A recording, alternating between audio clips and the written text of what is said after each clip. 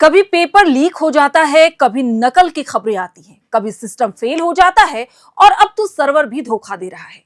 दिल्ली की सिमरन का कहना है कि इतने बड़े एग्जाम में बार बार ऐसी गड़बड़ियां हो रही हैं। पहले तो एग्जाम लेट शुरू हुआ और अब सर्वर डाउन हो गया।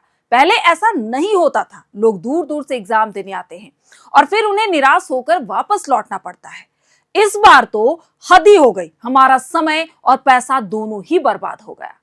नमस्कार, मेरा नाम प्रियंका मिश्रा है और आज बात करेंगे हम फिर से एसएससी सीजीएल की। एसएससी की खामियों को हम लगातार एयर नाउ के माध्यम से आपको दिखा रहे हैं। एसएससी यानी कि स्टाफ सिलेक्शन कमीशन का कंबाइंड ग्रेजुएट लेवल यानी कि सीजीएल एग्जाम जो 12 तारीख से शुरू हुआ था, पहले ही दिन से परेशानियों का सामना स्टूडेंट कर रहे हैं। केवल 3 दिन के अंदर ही दिल्ली, गुरुग्राम, जम्मू, झारखंड और मुंबई के 9 सेंटर पर एग्जाम रद्द कर दिए गए। कई स्टूडेंट को तो सेंटर पहुंचने के बाद पता चला कि उनका परीक्षा कैंसिल कर दिया गया है। यह सब तब हो रहा है जब स्टूडेंट पहले से ही ऑनलाइन एग्जाम मैनेजमेंट को बेहतर करने की मांग कर रहे हैं और सड़कों पर प्रदर्शन कर रहे हैं। एसएससी ने भरोसा दिया था कि अब कोई गड़बड़ी नहीं होगी और सेंटर को शिफ्ट करके दिक्कतों को दूर किया जाएगा, लेकिन स्टूडेंट का गुस्सा और ही बढ़ गया है क्योंकि बार बार की गड़बड़ियों ने उनके सब्र का बांध तोड़ दिया है। अब जैसा कि हमने आपको बताया कि एसएससी सीजीएल एग्जाम की शुरुआत 12 सितंबर को हुई थी, लेकिन पहले ही दिन गुरुग्राम के एमएम पब्लिक स्कूल में सर्वर डाउन हुआ, जिसका वीडियो भी हमने आपको दिखाया था। सुबह की पहली शिफ्ट में स्टूडेंट को एंट्री नहीं दी गई थी। जब उन्होंने इसका विरोध किया तो सेंटर पर हंगामा हो गया और आखिरकार परीक्षा रद्द कर दी गई।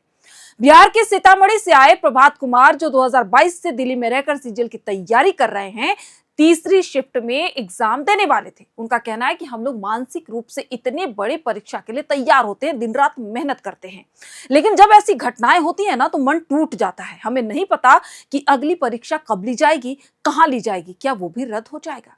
इसकी चिंता पहले ही हमें तनाव में डाल देती है।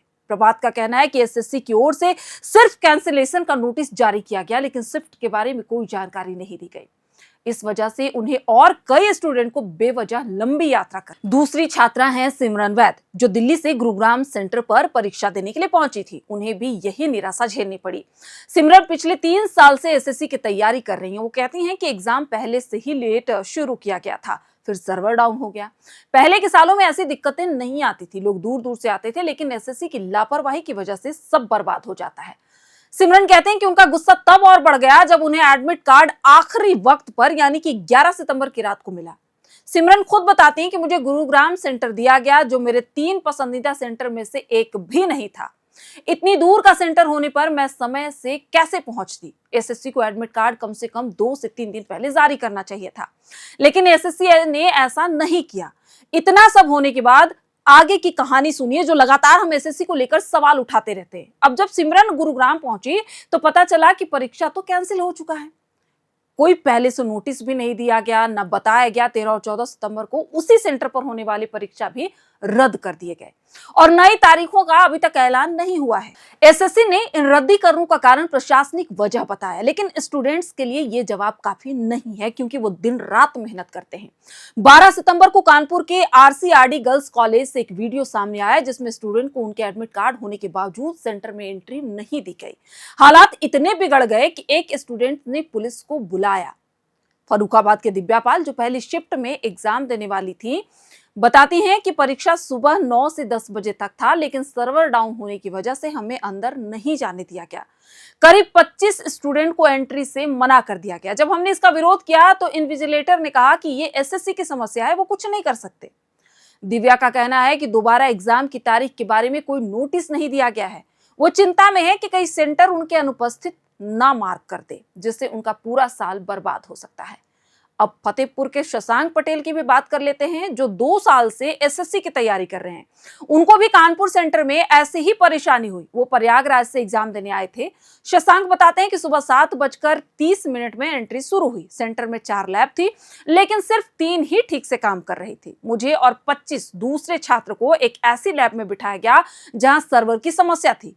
9:30 बजे तक परीक्षा शुरू भी नहीं हुई थी। फिर हमें क्लासरूम से बाहर निकाल दिया गया और गेट बंद कर दिया गया। ऐसे में शशांक का कहना है कि अगर सीट्स उपलब्ध नहीं था तो एडमिट कार्ड क्यों जारी किया गया। ऊपर से हमें बताया गया कि एग्जाम बाद में होगा, लेकिन इसे लिखित में देने से सब मना कर रहे थे। दोपहर 2 बजे तक हमें इंतजार करना पड़ा, तब जाकर हमें रीशेड्यूल के लिए रिक्वेस्ट लिखने को कहा गया।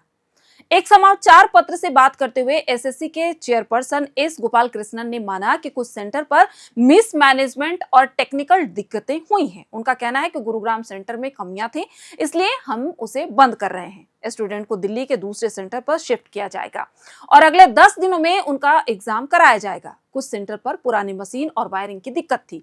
अगर ऐसी समस्या आती है तो हम तुरंत दूसरे सेंटर पर एग्जाम करवाते हैं।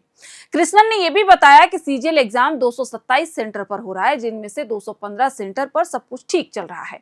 उन्होंने कहा कि हमने कोई कसर नहीं छोड़ी है और समस्याओं को हल करने की पूरी कोशिश की जा रही है। एडुकेटी लगातार सवालों के घेरे में है। इसको लेकर उन्होंने कहा कि कुछ जगहों पर एग्जाम रीशेड्यूल किए गए, अगर फिर से गलतियां हुई तो कानूनी कार्रवाई की जाएगी।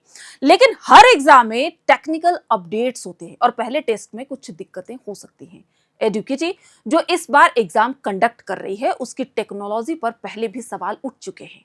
स्टूडेंट पूछ रहे हैं कि अगर उसकी टेक्नोलॉजी उतनी अच्छी नहीं थी तो उसे टेंडर क्यों ही दिया गया।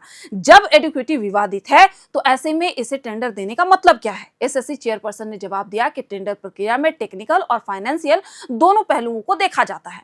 फैसला नियमों के मुताबिक लिया गया। उन्होंने भी ये कहा कि टेंडर शुरू होने के बाद उसे बदला नहीं जा सकता। शुरू में कॉन्ट्रैक्ट 1 साल के लिए होता है और अगर परफॉर्मेंस अच्छी रही तो इसे बढ़ाया जा सकता है। मीडिया रिपोर्ट्स के मुताबिक 2 मार्च 2024 को एसएससी की एक कमेटी ने माना था कि टीसीएस की टेक्नोलॉजी सबसे मजबूत थी, जबकि एडुकेटी का सिस्टम विंडोज पर चलता है और कम सुरक्षित है। हालांकि एडुकेटी ने अपनी सिक्योरिटी के लिए एक फायरवॉल का इस्तेमाल किया है। फाइनेंशियल बिल्डिंग में एडुकेटी ने प्रति कैंडिडेट 171 की बोली लगाई, जबकि टीसीएस ने 311। लेकिन अंत में एडुकेटी को ही 273 करोड़ का टेंडर दिया गया। अब एसएससी ने भरोसा दिलाया है कि दिक्कतों का जल्द ठीक कर लिया जाएगा, लेकिन स्टूडेंट का भरोसा टूट चुका है। बार बार की गड़बड़ियां, लेट नोटिफिकेशन, अनिश्चितता ने उनके सपनों पर सवाल उठा दिए हैं। सिमरन, प्रभात, दिव्या और शशांक जैसे कि ना जाने कितने स्टूडेंट हैं जो एसएससी की खामियाजा भुगत रहे हैं और लगातार सिस्टम को सुधारने की गुहार लगा रहे हैं। और शायद यही कारण भी है कि आज एसएससी चेयरमैन जवाब दो सबसे ऊपर ट्रेंड भी कर रहा है।